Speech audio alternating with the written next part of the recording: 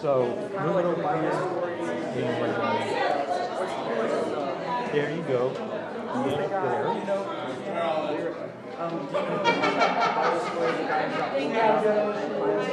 Okay. And then you can blow that out if you want to. And then you can cap this candle.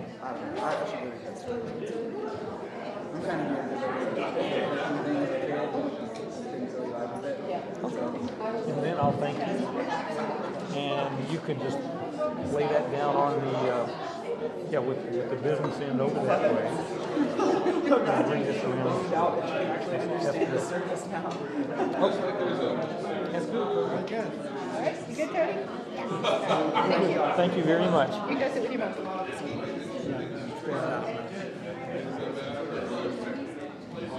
So then Joseph is telling me that he's going to leave pretty soon for the soundboard, and that working on the soundboard on Sundays is a paid position. It is. I would be super interested in learning that, unless you already have someone in line.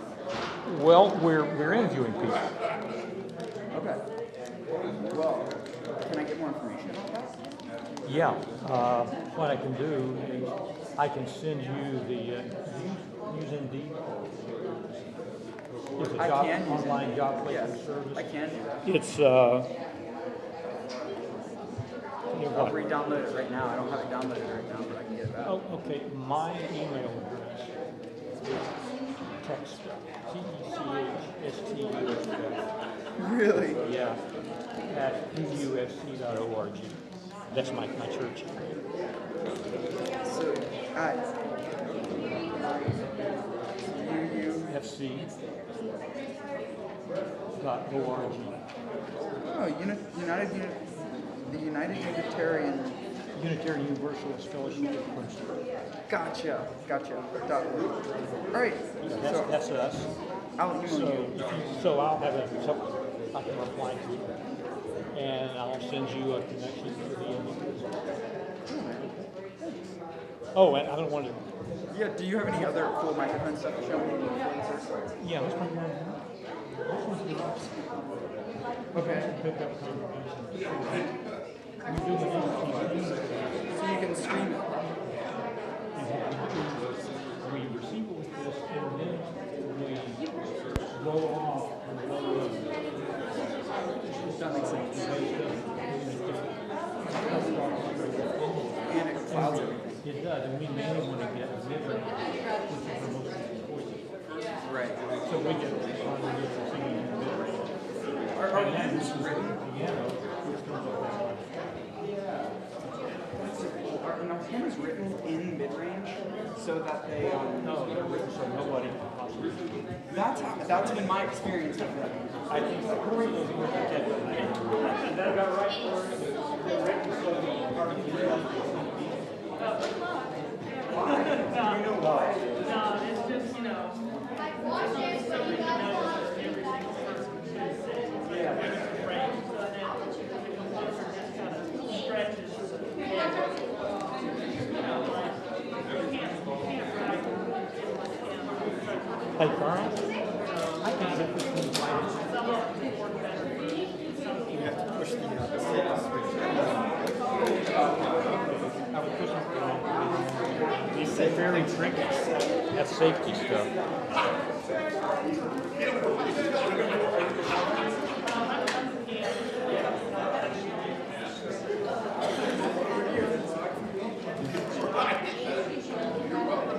So when I do it, I use one hand.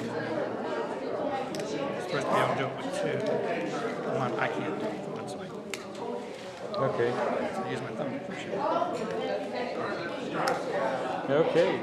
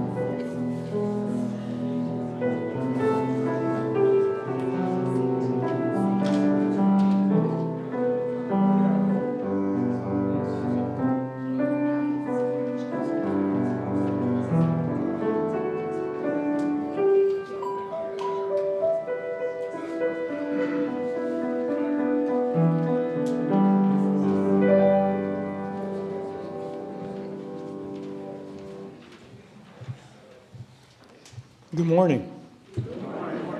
Thank you, Corey. Welcome to the Unitarian Universalist Fellowship of Clemson, and a special welcome to our visitors. I'm Dale Kimbler, and I'll be your worship associate today with Karl as worship leader. We're joined by Corey Dodgens on the piano, Joseph Hebel on technology. Our minister, Reverend Christina Branham Martin, will be back next week. There are lots of announcements on the back of your order of service. I encourage you to look at that, and you can find more in the weekly connection every Thursday. It's a special pleasure to welcome visitors to our church. I hope you'll stay after the service to enjoy coffee, tea, and refreshments in our fellowship hall, all the way down the hall to the end and then left. All are welcome here. And I now invite the congregation to stand and join me in greeting each other, following by the singing of our first hymn, number 346.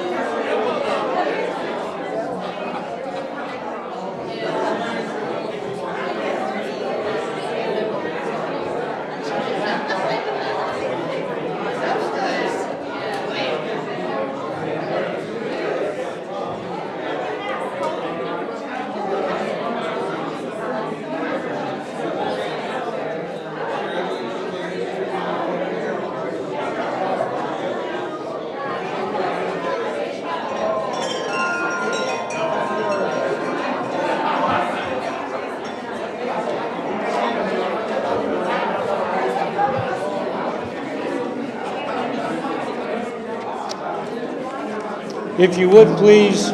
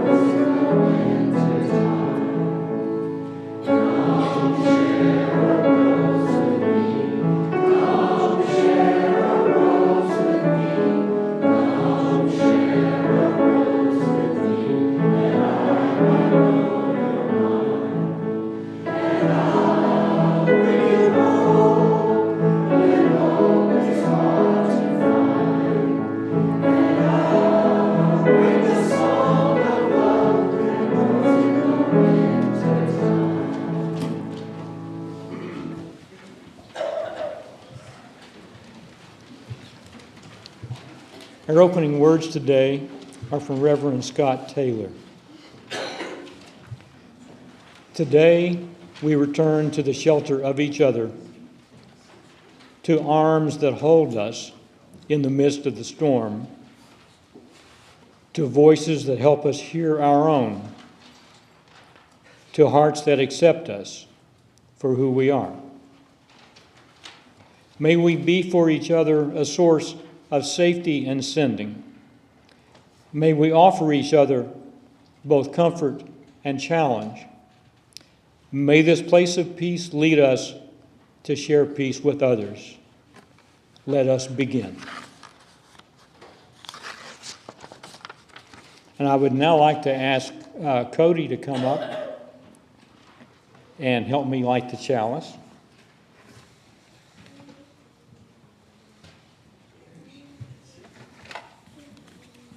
We're probably going to have some technical issues here because I let the fire go out, so you go ahead and do that. Okay, let's try it. Yeah, that's good.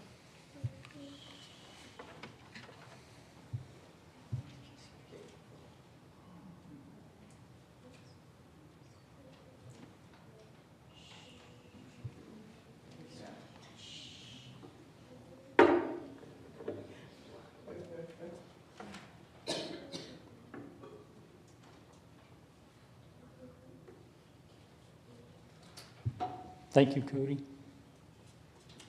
It'll be okay. Thank you. Now let us share in the reading of this fellowship's affirmation that's shared in the order of service. We gather together in a spirit of love with justice as our guide. This is our chosen covenant, to dwell together in peace, to seek the truth with freedom, and to care for one another.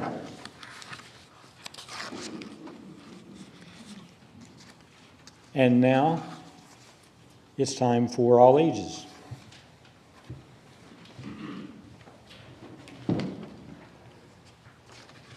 Good morning. This morning's story, and I'm going to have everybody just stay in their seats this morning, because this morning's story is going to require a little bit of audience participation from y'all. And one note, I know y'all are very clever people, so if you see where the story's going, play along, okay? Once upon a time, there was a village with a road that went straight through the center of town. One day, something unusual happened. God walked down the road, and she was beautiful. She wore a long flowing robe, and on top of her head there was a wonderful hat. All the people stopped to stare at God as she walked by, and they kept staring until she disappeared in the distance. "Boy, God sure was beautiful," said one man, "and what a beautiful blue hat she had on." "Yes, God was beautiful," said a woman from the other side of the street. "But it wasn't a blue hat she was wearing. It was a red hat." "You are wrong," said the man. "It was definitely a blue hat." "No, you're wrong," said the woman. "It was definitely a red hat." As the two argued, others joined in the dispute. Soon the whole village was arguing. All the people on one side of the road, that's you guys over here, were certain that God was wearing a blue hat. Come on, say it. Blue hat. All the people on the other side of the road were certain that God had been wearing a red hat. Come on, red hat. People got mad and started screaming at each other. Finally, blue hat, red hat. Come on, blue hat, red hat, blue hat, red hat. They got so angry, they decided to build a wall that went straight down the center of town. From that point on, the people on one side of the wall were enemies with the people who lived on the other side of the wall, and they never spoke to each other.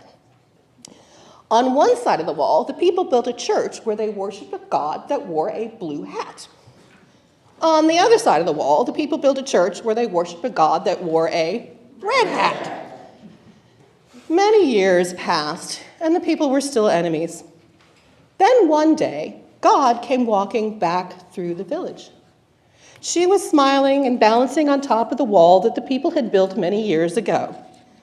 This time, she was wearing no hat at all. All the people ran to the wall and cried, "You must settle our argument."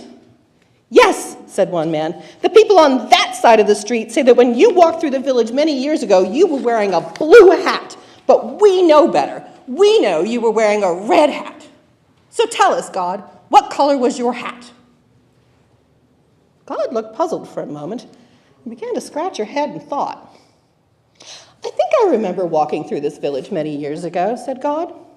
"And on that day, I believe I was wearing my hat that is blue on one side and red on the other." And saying nothing more, God continued walking down the wall until she disappeared off into the distance. It was very quiet for a moment. Suddenly, there was a sound of one child laughing. Then another child started laughing, and another. Soon the whole village was roaring with laughter. Everyone was laughing because they realized how foolish they had been. As the sound of laughter grew louder and louder, the wall began to shake and crumble until finally it came tumbling down to the ground. For many, many years after that day, the people told the story of God's hat and how laughter had torn down the wall between a divided and foolish people.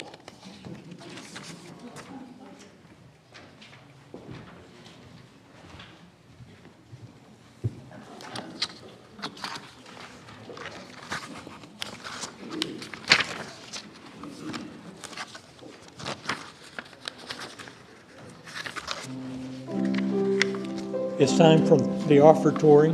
We set aside 25% of the weekly connection each week to go to one of our partners. This month we're partnering with Ripple of One.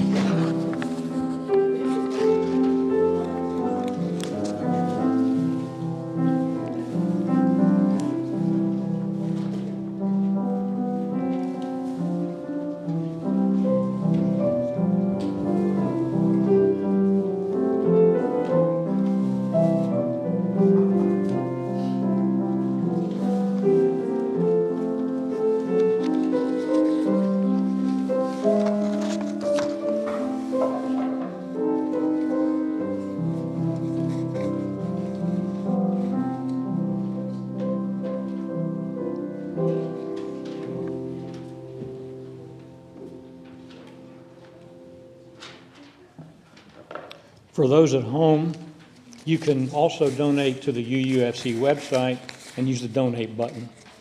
You can also pay your pledge and donate towards the organizations, all the organizations that we partner with.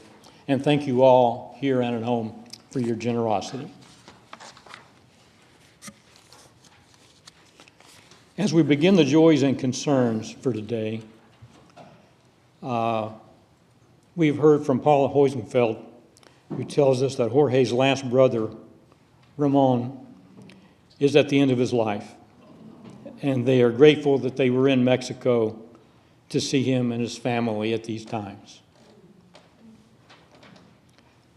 And I'm mindful that yesterday, former President Jimmy Carter entered hospice at home.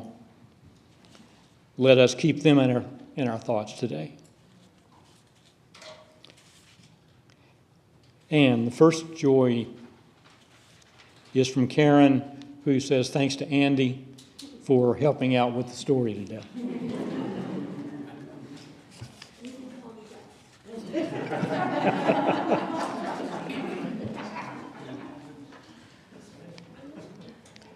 We have a sorrow from Mike Cole, who says, while at the beach house, I fell on the concrete pad, bruising my left leg from torso to toes, and fracturing several ribs. Did not load truck and got home. So, Mike, hope you feel better soon. Also from Mike, another sorrow, Jane is suffering from serious pain and incapacity in her knee, thanks to Heidi Campbell for helping with errands.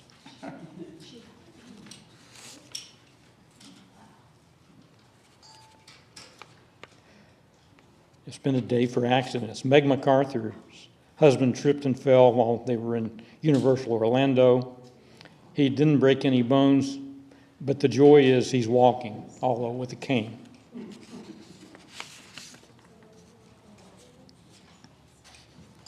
A joy for Sarah Summers Huskin.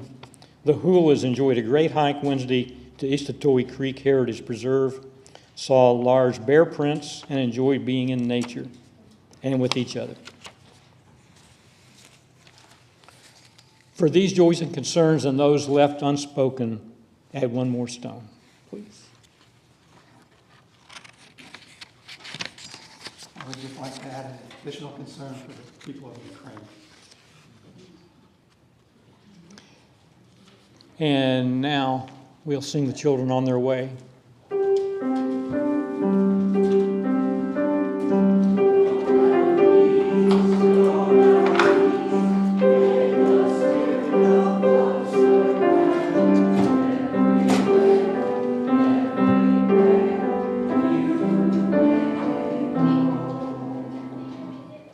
For our second musical selection today, we have a video from Braver Angels, a national nonprofit organization that is committed to fighting polarization in politics. And a few years ago, they had a songwriting contest followed by the use of some of those songs in their workshops. And that process has continued, so there is now a songwriting and a song performing component to Braver Angels activities. So, ready for the video, Joseph? There's a little bit of text to read before the sound comes out.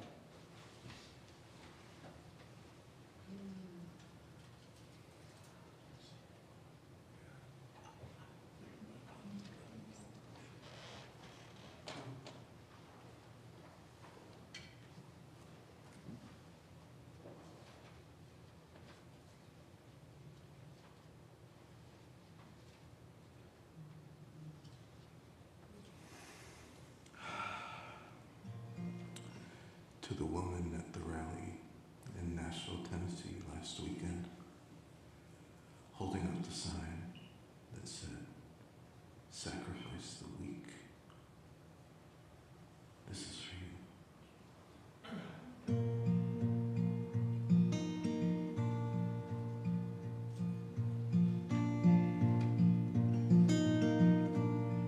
You hold up your protest sign. It feels like the end of times. It's looking tough tonight in the land of the free. It's right on my Facebook feed, all there for the world to read. And my heart starts to bleed, so this is for me. Whoever you are, whatever you've done, it's nothing that you can't overcome. Whatever it is that you're going through, even so, even now, even you, the world makes us enemies.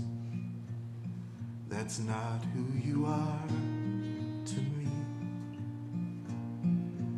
And I will still believe that we could be friends. I'm sure that you're struggling now. You know I am too, and how. So let's make a simple vow.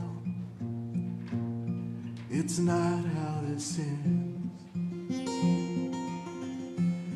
Whoever you are, whatever you've done, it's nothing that you can't overcome. Whatever it is, you're still going through. Even so, even now, even you.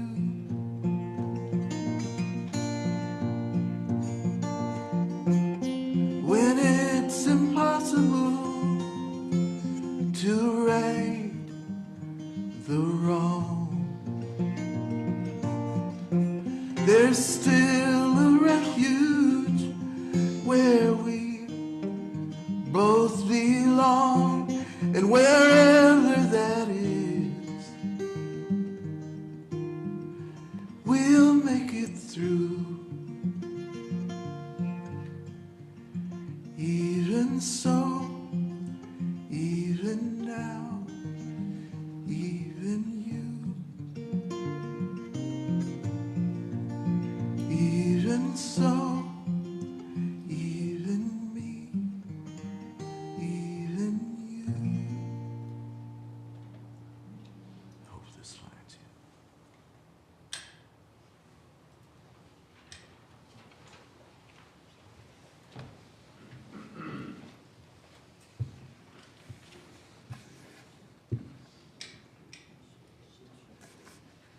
There was an old woman nearing the end of her life.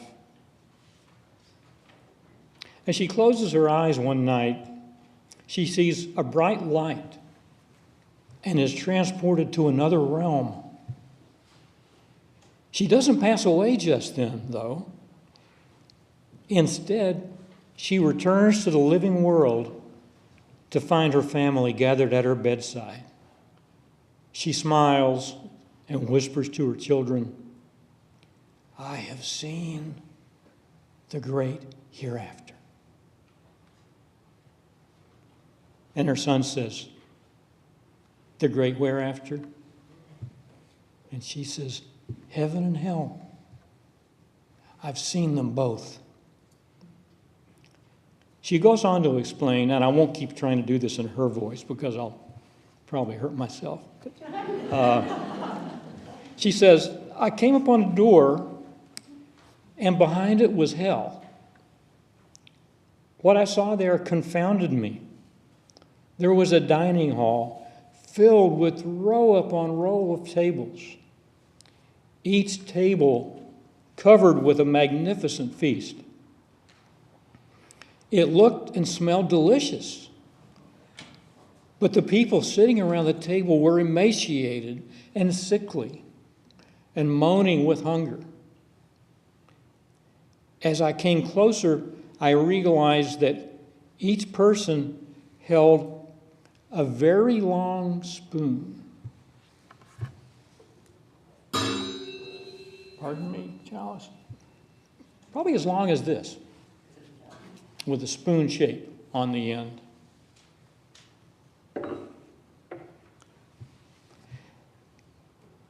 Everybody could reach the feast, but the spoon was too long. Though they tried and tried again, they couldn't bring nourishment to their mouth. In spite of the abundance before them, they were starving.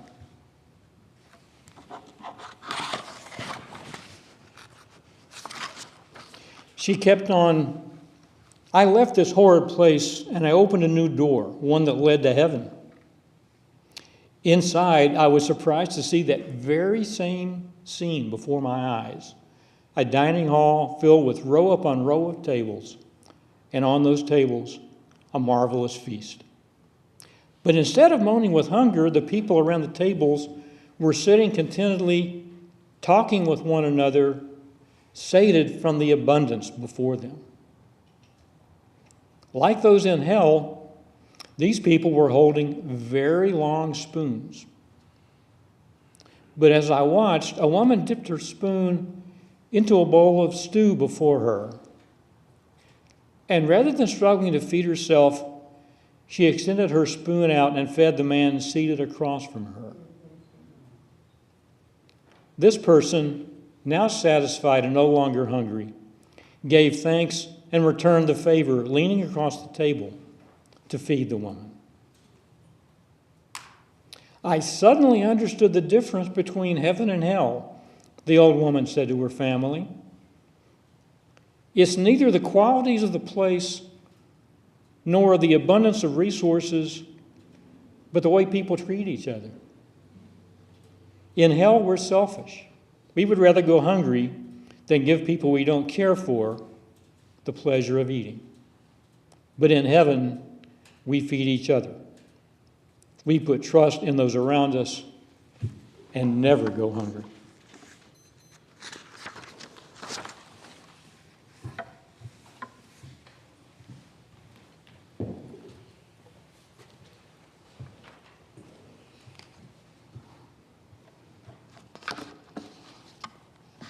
Do we have the image of the square and the circle?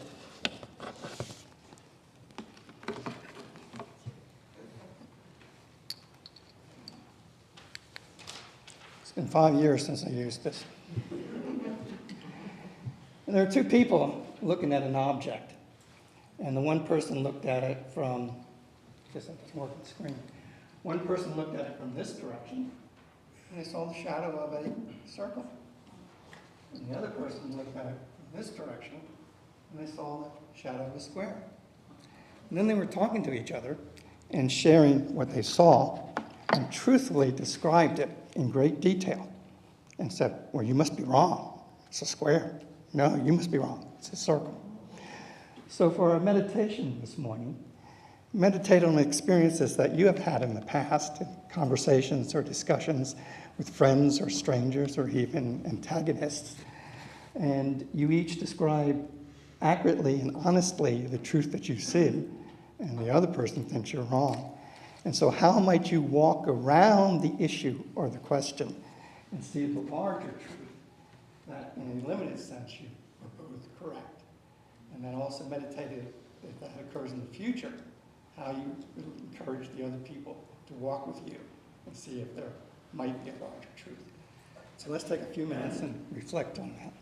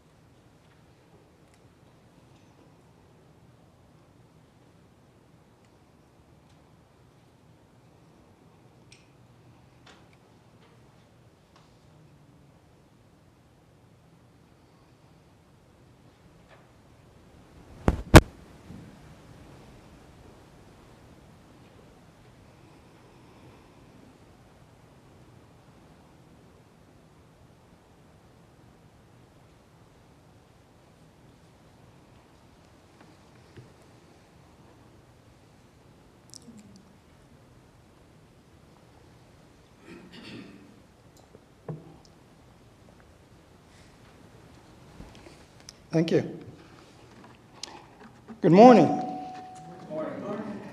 This morning I wanted to offer a reflection on acceptance. The liturgical theme for February is love. Hearing this word uttered from the pulpit sometimes sends me into an apocalyptic fit when it is expressed in vague, ambiguous, and ill-defined terms, leaving me unable to decipher the speaker's meaning, or more problematically, the demands that are being asked of me. The ancient Greeks defined seven categories of love. And it pains me that I am cautioned against acknowledging my favorite one, while two others are probably frowned upon because they focus on the needs and well-being of the individual self.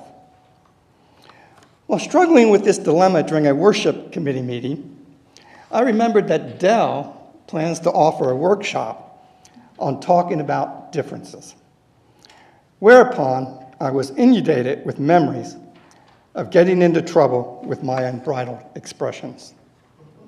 I experienced an epiphany, perhaps an exploration of the difficulty of accepting other people's humanity, dignity, and divergent values in the context of our political polarization and the cultural wars, could provide an opportunity to describe in detail and with some specificity behaviors of engaging others with love. My offer was accepted, and I soon experienced the adage, be careful what you ask for. As I struggled with the concept of acceptance, I ran into logical inconsistencies, categorical complexities, moral conundrums, and my awareness that many prefer simplicity in a sermon. Although Karl and simplicity is an oxymoron, my intent this morning is to provide practical suggestions for accepting others with love without sacrificing one's own values and principles. I began by dividing acceptance into three categories: acceptance of self, acceptance of others, and acceptance of reality. What personal attributes provide a foundation for acceptance within all three categories? A good starting point, I believe, are humility, a willingness to pursue rational analysis and consideration, and finally, to act in a principled way. Humility lies in an acknowledgement of one's limitations, one's defensive posture towards the world, one's myopic pursuit of vested self-interest, desire to be in control, and unwillingness to seek common ground. In accepting the possibility that we may be wrong and the other person right, that we may be ill-informed and the other person more knowledgeable, or that we may be more unreasonable than the other, we gain enormous strength by accepting ourselves and others. Humility reflects the strength of self-knowledge, avoiding the weakness and fear displayed in arrogance, boastfulness, and vanity. In accepting that we share these flaws with our antagonists, we may experience a sense of common humanity, enabling us to manage our disagreements with respect and dignity. Humility exhibits patience, calmness, and careful listening, enabling one to ask for clarification and verification of the other person's position before jumping to negative conclusions. Humility and acceptance of reality informs us that it is not our job to change others, for which we have neither the privilege nor the capacity or capability. In fact, it is unlikely that we will influence others positively when we adopt positions of self-righteousness or moral superiority. Humility also lies in a skepticism about our understanding of someone else's words and the meanings of those words. Too often, we do not hear what a person is saying, but what we think they are saying based upon our perceptions of the person or our prior history with that person.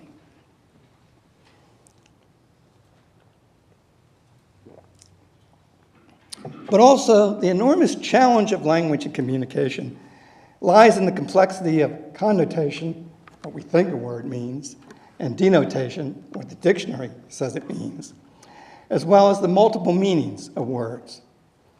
I cannot begin to count the number of disagreements, conflicts, and broken relationships resulting from people using different meanings of the same word. If you wish to accept another's right to disagree with you, the most important item you can carry around with you is a pocket dictionary, an essential tool for loving disagreement. When I wrote those lines, I said, oh no, Karl, everyone in the room is smarter than you because they have smartphones and they can look the word up. But I'm still a dinosaur with a flip phone. Although I am as quick as anyone to judge others, I believe that I have a heightened ability to accept other people because the curmudgeon in me does not like humanity. It doesn't like the species or groups of people.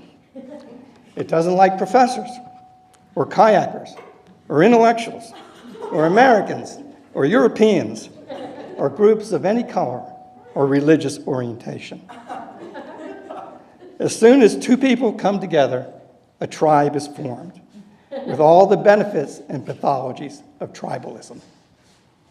For me, the only sacred and holy entity in the universe is the individual, each and every one of you.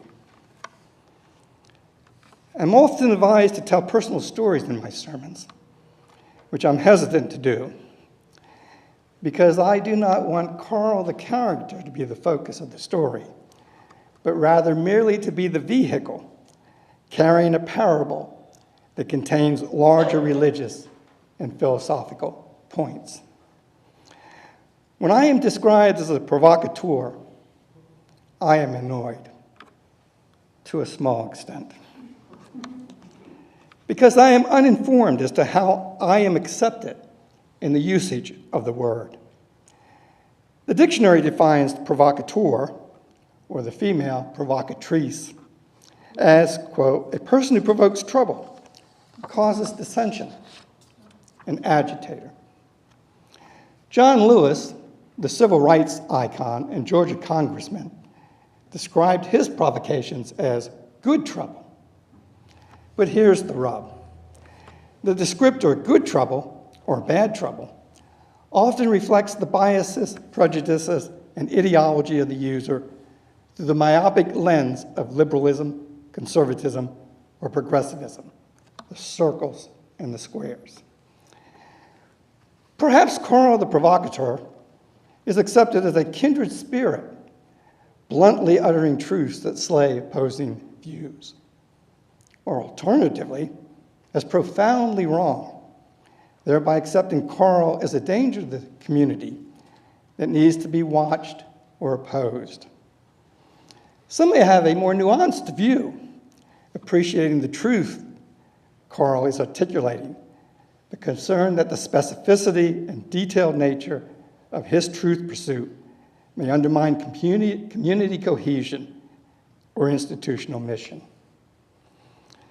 While Karl the provocateur may be a fair framing, perhaps in a religious community, there are complementary ways of framing Karl's stance. There may be a dance of Karl the professor, seeking to accurately describe the reality of the world so others can use that understanding to implement their values. And the minister, seeking to motivate others to live out their religious values. Or Karl, the Old Testament prophet, crying out against the ignorance and duplicity of the human condition. And the minister, as an apostle, bringing the good news of community and shared religious values. Wouldn't the acceptance of these differing roles fit within the 7 principles regarding the inherent worth and dignity of every person and a free and responsible search for truth and meaning. Values are the focal point of interpersonal conflict and arise from some combination of feelings, emotions, perceptions, and the subsequent intellectual justification of those subjective experiences of the world. If someone tells me that feelings and emotions, unlike thoughts and intellectual arguments, can never be wrong, then the lack of wrongness must apply to all feelings of which humans are capable of, including racist, misogynist, and bigoted feelings. Acceptance is easier within reality-based groups found in the areas of science, law, academia, and the marketplace, where the rules are: no one is in charge; 2, everyone gets to play who follows the rules; 3, decisions are not made based on feelings, emotions, or personal interests, but on the emerging consensus of many, many participants; and 4, there are no final conclusions or decisions, and nothing is ever settled. Clearly, non-reality-based groups such as families, religious communities, social gatherings, political associations, and activist organizations fill a great human need for the creation of meaning, community, and a sense of well-being. When I am talking or interacting with someone in a reality-based community, Karl's feelings, emotions, perceptions, and values are irrelevant, insignificant, unimportant, and of no value to the discussion. Unless we are clear from which orientation we are speaking, it is unlikely that we can listen to the other person's voice with acceptance. An ability to accept others on a variety of levels requires a larger acceptance of reality. If spectators along the bank of a raging river were watching me thrashing in its throes, it would be an unreasonable denial of reality and a claim of maniacal entitlement for me to expect everyone watching to try and help me. Some would jeer me for my plight. Some might throw stones at me. Others might laugh. Some would be indifferent. And a few might help. My response to this reality is to be fully aware of my surroundings and situation, and to graciously accept any help thrown my way, and take proactive actions to protect myself from those that might harm me. Acceptance of reality also requires us to acknowledge that there are people like Stalin and Mao Zedong and Putin that have and desire to kill millions, following a morality of might makes right, and that we retain the right of just war to protect ourselves. I find it an immense source of despair that a single man can cause all the suffering and destruction in Ukraine. If I were to bear my cross and respond positively to my perception of the singular definition of love uttered from the pulpit, what would that response look like? Or alternatively, what would our acceptance of the humanity and dignity of those with whom we would profoundly disagree with look like? As an image of this acceptance, I offer the prayer of St. Francis of Assisi in its entirety, for it reflects several elements of acceptance.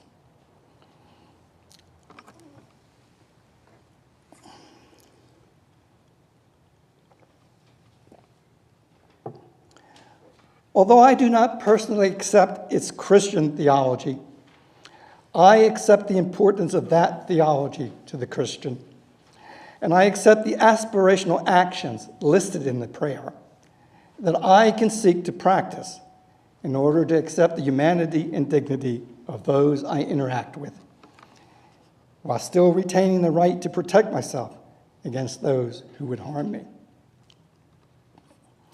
Lord, make me an instrument of your peace. Where there is hatred, let me sow love. Where there is injury, pardon. Where there is doubt, faith. Where there is despair, hope. Where there is darkness, light. And where there is sadness, joy. O divine Master, grant that I may not so much seek to be consoled as to console, to be understood as to understand, to be loved as to love. For it is in giving that we receive, it is in pardoning that we are pardoned, and it is in dying that we are born to eternal life. Over the past several weeks, I've read that prayer perhaps 24 times, and I'm just overwhelmed by the specificity that it offers us and how enormously difficult and how much commitment would be required to live those religious values. May we face the world in a principled way with humility and acceptance of reality that respects the dignity and humanity of those we encounter and provides us the framework to express the moral visions and values that give our individual lives meaning.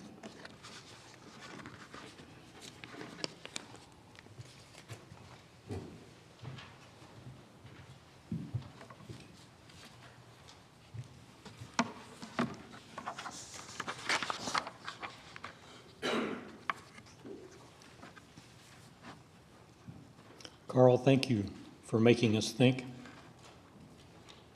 and go beyond just the initial look at what we see. Karl's a scientist,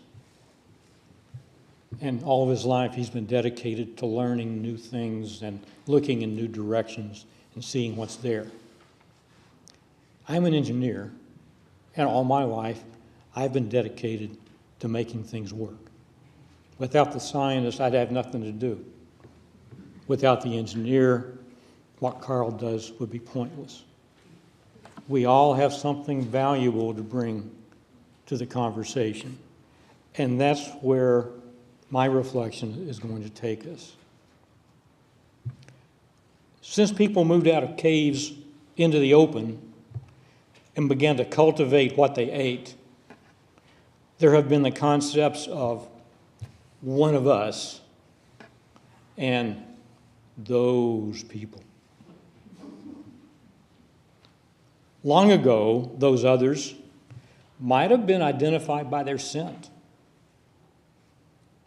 Time passes, and a failure to blend into the group then depends on cultural identity. We could identify outsiders by what they wore, how they talked, how they cut their hair. Not being readily identified as belonging to one's group had consequences, sometimes severe. This is still the case.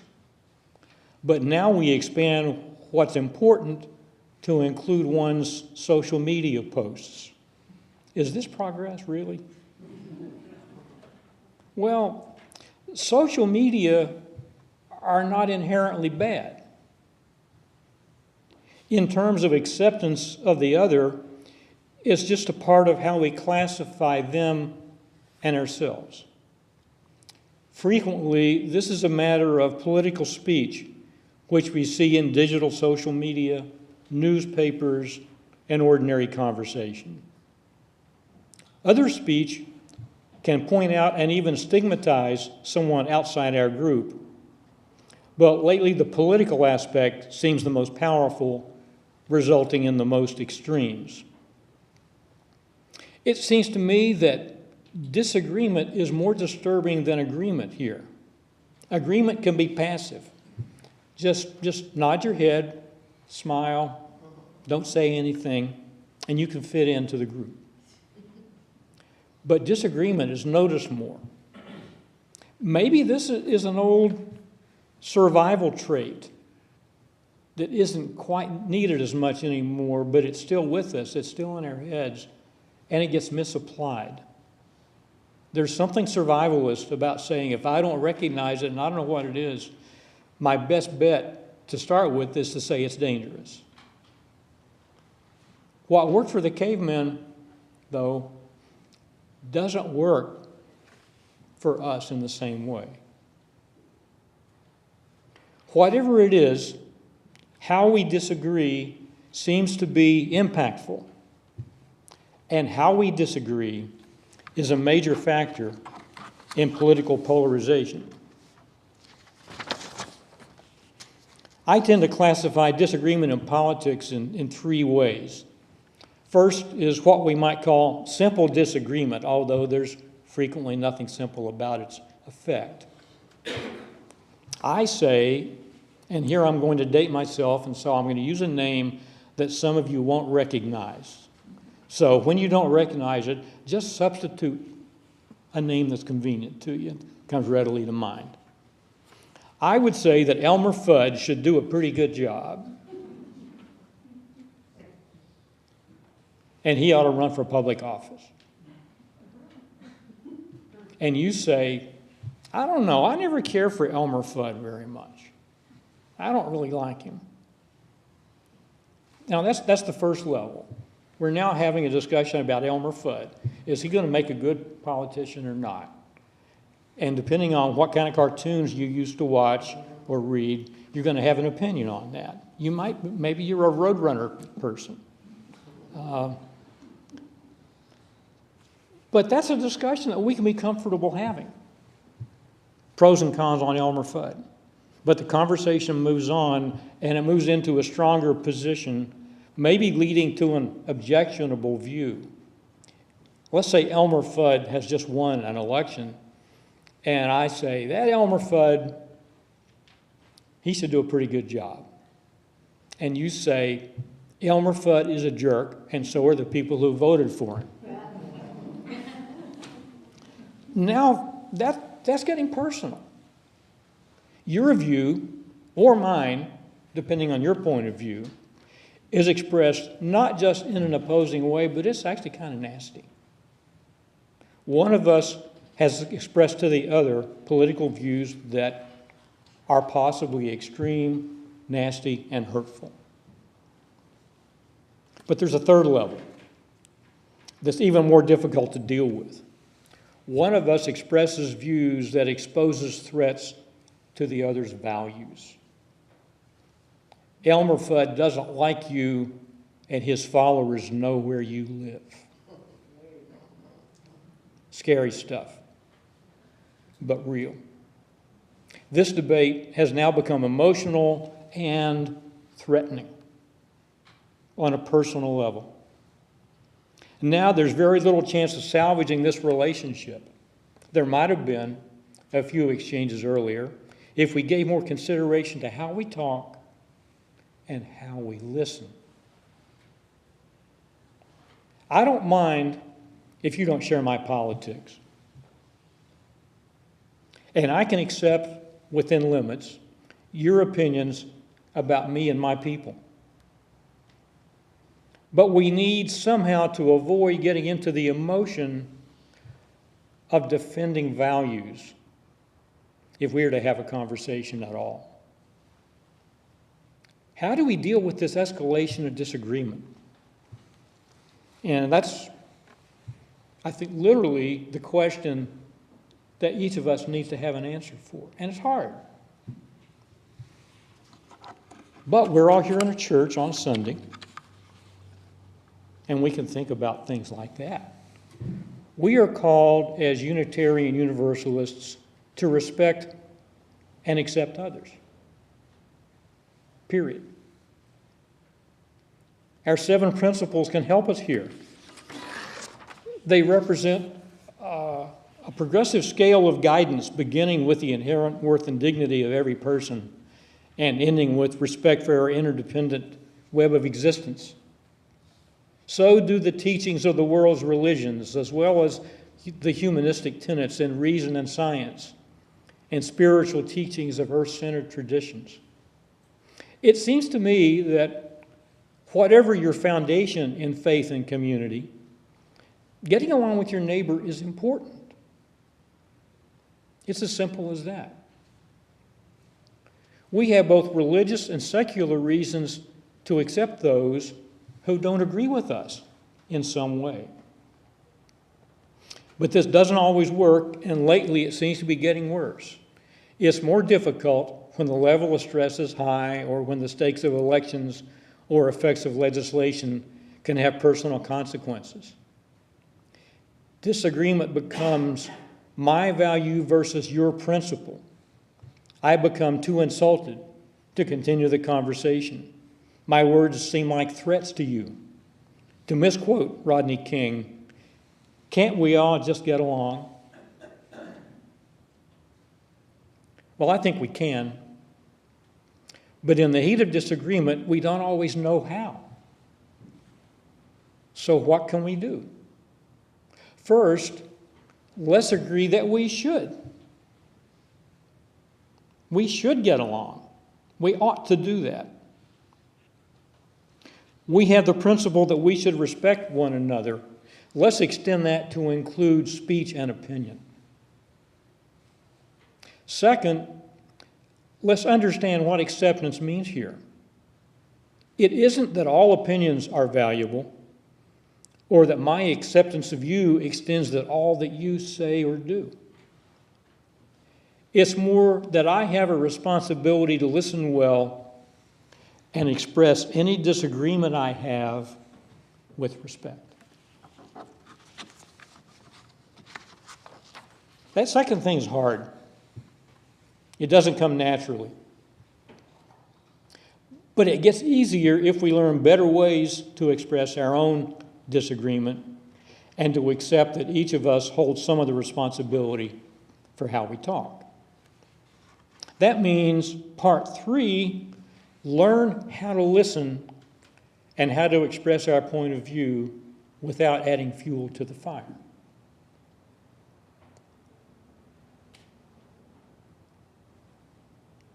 Polarization has a lot of parts, but one of the most important is how we manage ourselves. And this is a challenge. Agreement is so much easier than disagreement. How many of us set out to learn how to disagree well? We don't do that. But that's the key. To manage expression of our own beliefs or reactions to the beliefs of others in a constructive way. My work with Braver Angels tells me how we might start.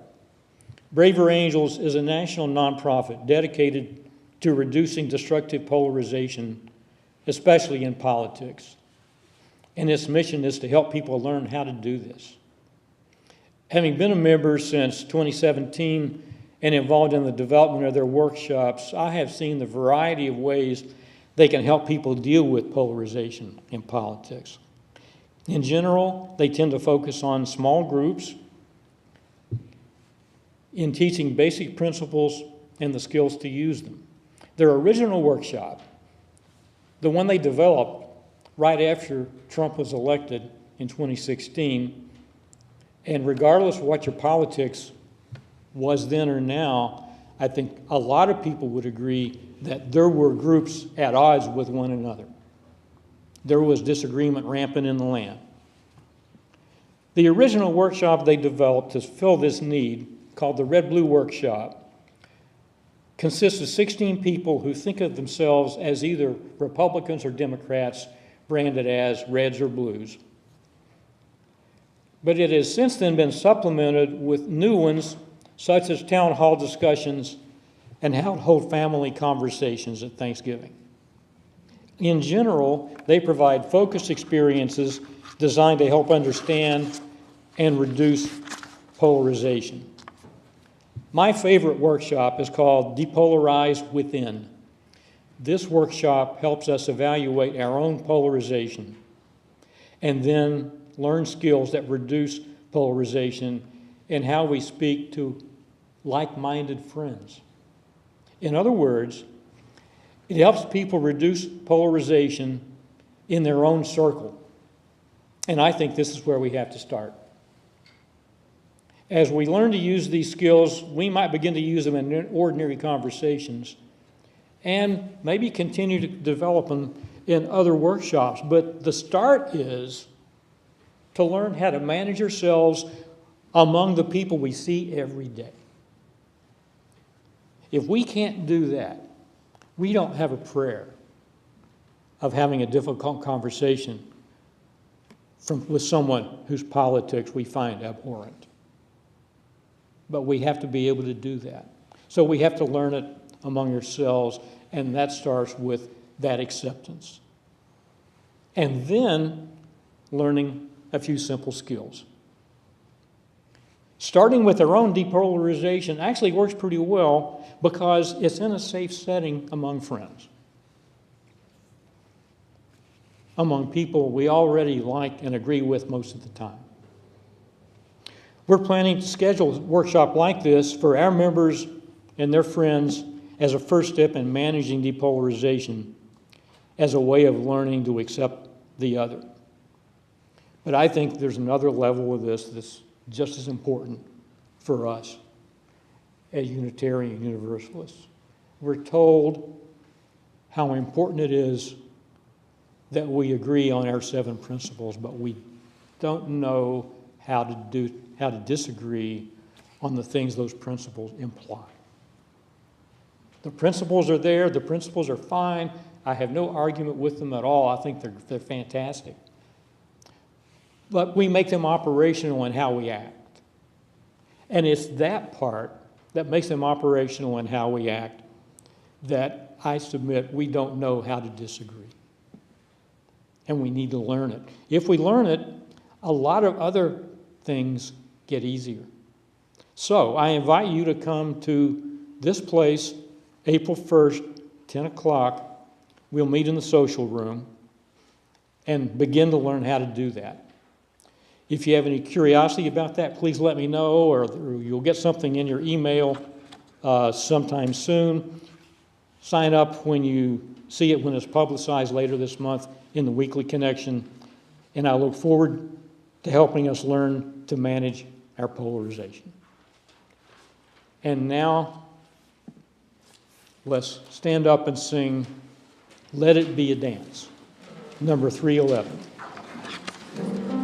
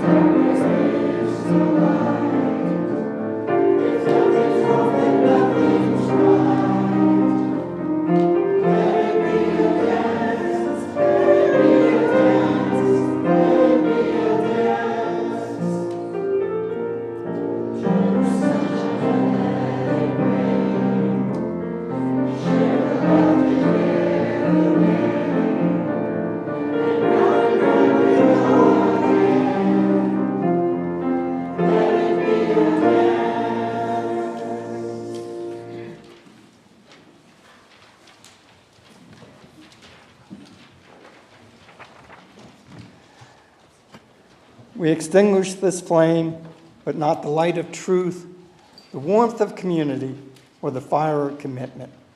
These we carry in our hearts until we are together again.